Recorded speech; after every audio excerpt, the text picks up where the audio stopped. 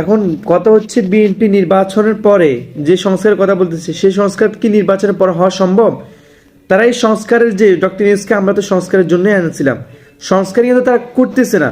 সংস্কার করার পথে যে একটা রোডম্যাপ দেওয়া হচ্ছে সেদিকে কিন্তু তারা নাকচ করতেছে। যেমন চুপ্পু সাহেব শাহাবুদ্দিন চুপ্পুর যে পদত্যাগের কথা বলতে দাবি উঠেছিল ছাত্র জনতা বা সাধারণ জনগণ, সেখানে বিএনপি বাধা দিয়েছে, নানা রকমের ইস্যু দেখাচ্ছে এবং নানা রকম সংবিধানের বিভিন্ন ইস্যু দেখাচ্ছে। এক হচ্ছে সেটা। দ্বিতীয়ত হচ্ছে আপনি দেখেন রাষ্ট্র অনেক কিছু এখনো 80% আওয়ামী লীগের লোকজন বসে আছে।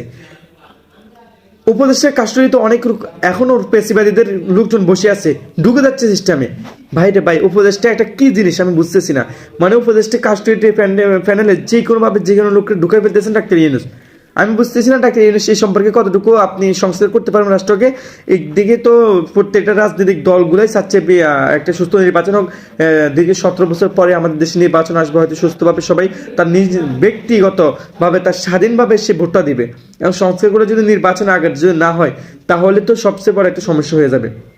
আপনার রাষ্ট্র সংস্কার করার জন্য শিক্ষা ব্যবস্থা, চিকিৎসা ব্যবস্থা, এগুলো তো একদমই ইম্পর্টেন্ট। এগুলো হচ্ছে একবারে আপনার প্রথমত যেগুলো না করলে নয়, এগুলো সংস্কার না করলে কিন্তু আগামীতে আপনাদের দেশটাকে আর একটা অঙ্গরাজ্যে পরিণত করবে নতুন কোনো একটা স্বৈরাচার।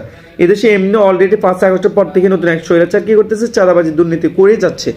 এদিক থেকে আমাদেরকে এটা ফলো করতে হবে, রাষ্ট্র সংস্কার করতে হবে করার মতো। আর প্রত্যেকটা সেক্টর থেকে ফ্যাসিবাদীদের দোষদেরকে কি করতে হবে, অপসারণ করতে হবে এবং নতুন করে যেন কেউ মাথা গজে উঠে না পারে সেদিক দিকেও আমাদেরকে খেয়াল রাখতে হবে।